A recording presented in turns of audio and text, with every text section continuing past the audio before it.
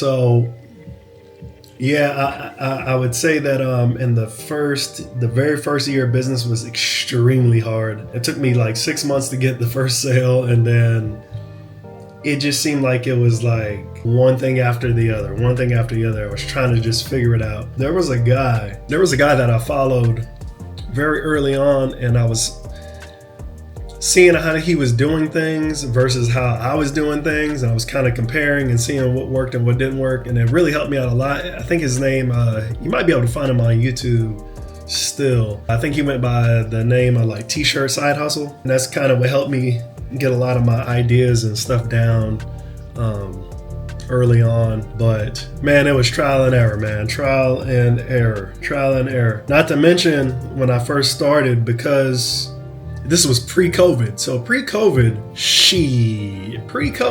it was all about like the hustle. Like I was trying to, like I said, I got a heat press. I got all this stuff, right? And I think when COVID hit, it completely switched. I had to switch the business model, which I'm currently using today, the e-commerce, like online sales only kind of thing. I had to switch that, obviously, right? But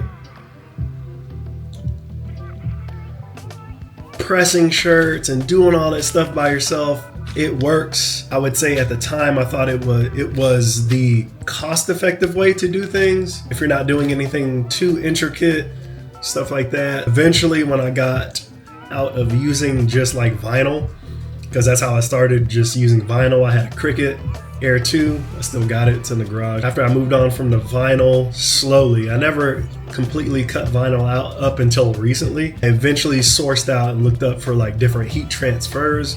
And I was trying to find the best companies. And honestly, if you guys want probably one of the best companies for heat transfers, if you guys press shirts, if you guys are doing your own, like if you do like screen printing and stuff like that, or if you want to do like DTG or DTF films and stuff like that, if you want transfers that are actually really, really solid and they stand the test of time, they handle multiple washes, they stretch really well. If you want a company, I'm gonna give it to you for free. Hey, I'm all about giving away the knowledge, man, because at the end of the day, you can give away all the free knowledge in the world. You don't even have to pay for it. Person getting the knowledge, you got to put in the work to make it happen. Like somebody can give you the info.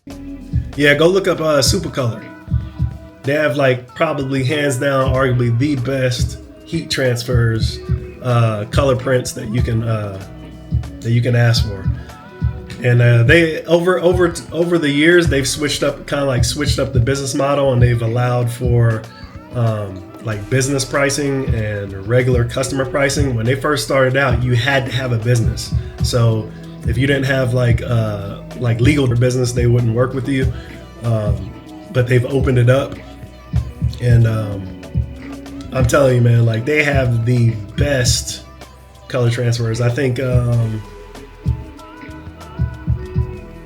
12 by 16 was the largest at the last time that I saw, but they might have changed it to make them bigger.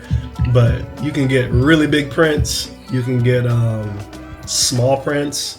I don't think they do, but yeah, it's they're legit. Supercolor is what I use. Let me see if I still have some Supercolors. Give me 1 second. I'll show you some of the transfers. Your father knows about saving money. Everything I'm wearing, I've had since boot camp. All right, so when you get Supercolor, it'll come out kind of like so. That gives you like the instructions on how to do it. And I'm telling you, these are their prints, their heat transfers are hot peels. So you got to do it as soon as that timer is done. It's a hot peel, so it's not a cold peel where you let it cool down and then peel. No, this is a hot peel, and it comes up flawlessly, man. But that's the obviously the hot side.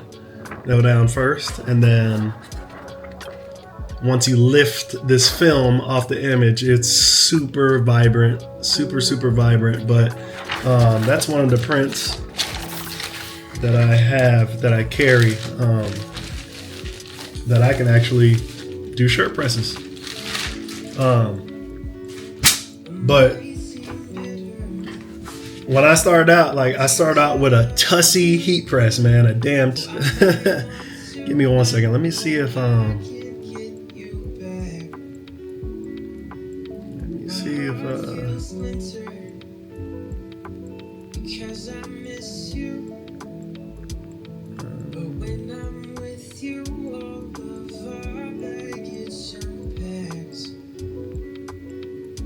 all right.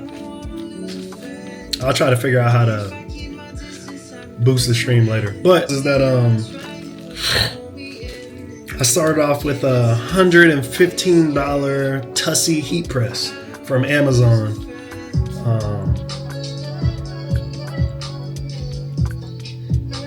And that thing, I think that Tussie heat press was a 12 by 12. It had no it didn't really have a heat regulator as far as to be able to control, or to be able, you can control the temp, but to be able to verify, it was very, very hard. Those type of heat presses are super cheap, and sometimes if you get a heat gun to test all the corners and the center to see if the heat is spreading evenly. Usually on those cheaper heat presses that are super cheap, they don't heat regular overly all over this, so you'll have hot spots and stuff like that. So sometimes you'll have problems when you're doing big prints. People have problems sometimes when they're doing big prints, heat transfers on big prints, because if your element is not heating up evenly, you're gonna get some colder spots that's not gonna peel up. Especially if it's a hot peel, you're gonna be crap out of luck if you have a crappy press. So I started off with this, and man, I use that thing for years. Matter of fact, I made my first $10,000. I made my first $10,000 with using that Tussie heat press. $115, 12 by 12, bro, and a Cricut. So with a Cricut Air 2 that I bought used off of Amazon to get started, I think I got that Cricut Air 2 for probably $90, it was $92 used on Amazon. And then the Tussie heat press was $115, and literally I used that combo using vinyl. Before I started using Supercolor, using vinyl, I made my first $10,000 just off of that combo. And when I started my store, when I started House of Joseph, I only had one design, man, and a t-shirt. One design and a t-shirt. I remember having $50 in my bank account. I had $50 left in my bank account after I had gotten the heat press and stuff. I had $50 left in my account, man. $50.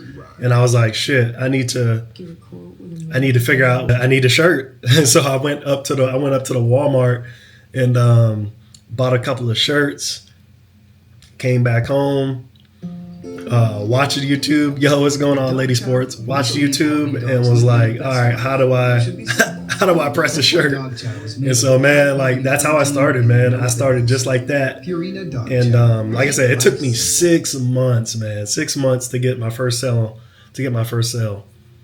6 months. Most people would have gave up after 30 days, because when you're trying to sell stuff, that first sale is really the hardest. It's really the hardest. And this is leading into the discussion that we're going to have, print at home versus print on demand. It's kind of a discussion I wanted to kind of have. Trying to give back a little bit of feedback to people that may be starting out, as a side, even if you're a business, full-fledged business. Talking about the two business models and how one may not be the best for everyone, right? It's the same with marketing. But I'm trying to tell you guys how I started off in one model and how I eventually transitioned into a different model. Oh, okay, Lady Sports, you have 2 heat presses. I still have 2 heat presses.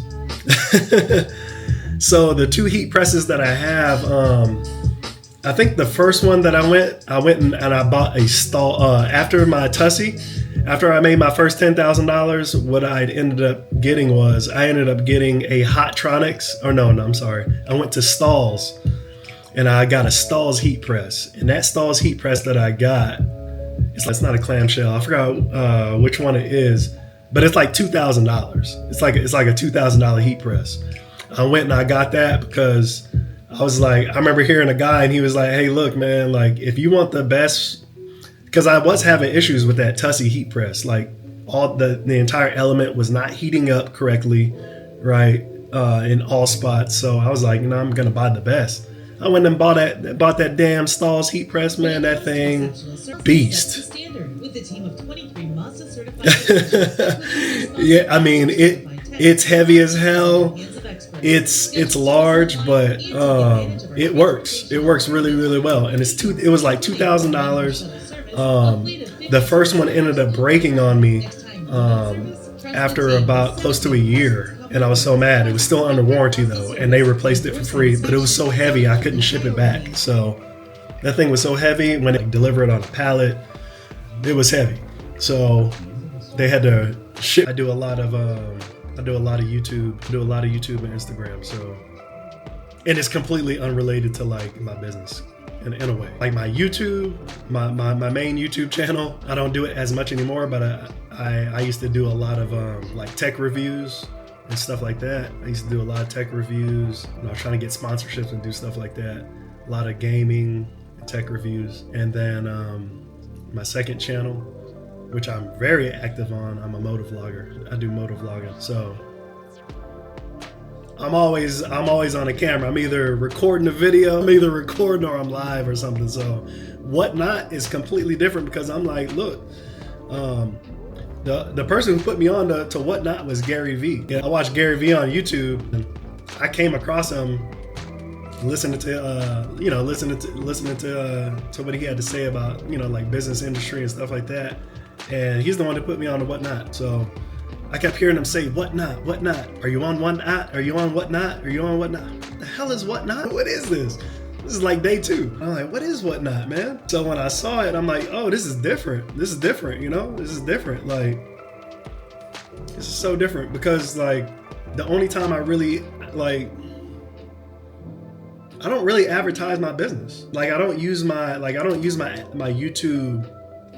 My YouTube is not a business YouTube page. I don't have one. And I never really I would talk about business on my YouTube sometimes, but I don't ever shamelessly plug my business on any of my platforms. I recently started doing it on my motovlog channel for Cloth and Craft, my Cloth and Craft brand. So hit the show notes and you'll be able to see the website for both companies, House of Joseph Co. and then Cloth and Craft. I recently started plugging my Cloth and Craft kind of heavily through my moto vlogs, and the reason being is because I'm always wearing my moto vlog, my motorcycle sport bike inspired gear. I started making a lot of gear for stuff that I like, and people started asking me hey, where'd you get that? Where'd you get that? Who makes that? Because you'll see a lot of moto vloggers and influencers, they're starting to put out their own merch now. And so I'm like, well, shit, I've got a business. I've been doing that. And I've been making stuff that I want to wear anyway. So I was like, maybe I should start plugging it more. And so that's what I started doing. I started plugging it pretty heavily over there. But at the same time, I don't sell over there, if that makes any sense. I do have my store brands over there on Instagram as well. I have store channels over there. But on my motovlog channel, I don't want to shill. I don't know. I just don't want to shill my company all the time. And maybe I should. Maybe I shouldn't care. Gary Vee always says you shouldn't give a shit. So I appreciate it. I'll check you out. And so yeah, maybe I shouldn't care. Maybe I care too much. But seeing the Whatnot, I'm just like, holy shit, this is the perfect it's the perfect app because I can still go live and I can literally dedicate time to just talking about business or my business. I kind of think it's, I think you can give back a little bit too, because there's people in the same position, maybe a little bit ahead of you. They may not want to give you any kind of information. I like to do this because people didn't really help me at all. And so I feel like I can kind of help with what I know. I kind of help with what I know. And like I said, somebody can give you all the information you could ever want. But if you don't do anything with the information, it doesn't help you. So somebody can give you the magic, but if you don't know what to do with it, you don't know how to execute it, if you are not focus driven, if you're not patient, then your side hustle, if you have a side hustle or if you're thinking about a side, it'll never work out. It'll never grow legs and evolve into that business that you want if you don't have those kind of qualities. That's the reasons why a lot of people fail at business. This is the reason why a lot of people fail at social media. And I say this a lot. So you go, I say this a lot. So if you're on my motovlog channel and stuff like that, you'll hear me on my YouTube, especially on my YouTube, you'll hear me talk about it a lot. If you want to be a successful motovlogger, if you want to be a successful vlogger or successful at anything, you gotta learn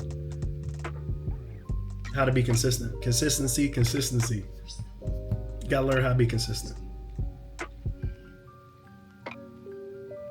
If you're not consistent, none of this is gonna work. Nothing's gonna work. Consistent. Gotta be patient. I don't even think I've gotten a sell. I don't think I've gotten a sell on here ever. I don't even think I've gotten a sell.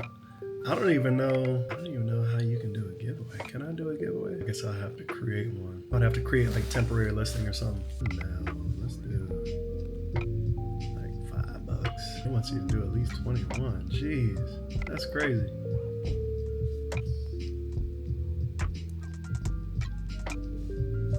My bad, I was trying to figure out some of these options on there. It's kind of weird. But yeah. So, print on demand. I'm telling you, print on demand is, you can use it as an asset to help you like leverage your ideas. You can use it as an asset to help you leverage your ideas for sure. I think it's perfect for being able to get your ideas on a canvas, and it allows you not to waste as much time than if you were doing it guerrilla style. Guerrilla style means you're ordering shirts, or you're ordering blanks, mugs, whatever it is that you're ordering. You got heat transfers, or you're doing a mug press, or whatever you're doing, and then you're shipping out to the customer. Like, you got to get to that point where you're pressing, and then you're examining. You're like, this is a little off. You know what I mean? Like, this design is a little off. That's the other thing. When you order heat transfers, you better make sure your design is absolutely spot on the way that you want it, because once you order those transfers, like I said, you have to order a minimum usually. You can't ever just order just a couple of them. You got to order a minimum. Once say you order like 20 transfers, if you messed up on something or it's not up to your desired effect that you expected, you just wasted all that money. Versus if you're doing print on demand, you could design something, use that high level mock-up that they're provided. You can look at your artwork, see imperfections or see things that you don't like necessarily that you want to change, and then you can go back into Paint Shop, Photoshop, whatever you're using, and then you can actually fix that, right? And that was at no cost to you but a little bit of time. So that is a big pro to using print on demand versus traditional print at home. And again, there's nothing wrong with print at home. I just think that it's a good model to use if you're starting up. It's a decent model to use if your funds are limited. It's a decent model to use if your funds are limited, for sure. Super decent. Oh, these Docker caps are also the ones that are for sale in the store as well. I always wear mine backwards. I like my Docker caps backwards, but yeah, you can wear Docker caps any way you want. But print on demand does have its pros. And you'll figure that out. You'll figure that out a lot. Excuse me, I'm digging in my eyeballs. Matter of fact, print on demand has It's crazy. I might show y'all some of the editing things that I do. I would say that for artwork, if you are like doing a lot of streetwear, for artwork, if you are not an artist, I would say I would go frequent places like Fiverr, to where you can pay somebody commission for paid artwork. Those are really, really good places to procure artwork, because you also have those options to get copyright licenses and things of that nature in order to like basically copyright to be able to put it on merchandise and things of that nature and not get sued. They have those options as well, and those are honestly, I still use Fiverr sometimes for artwork, but I did early on, and it helped me a lot.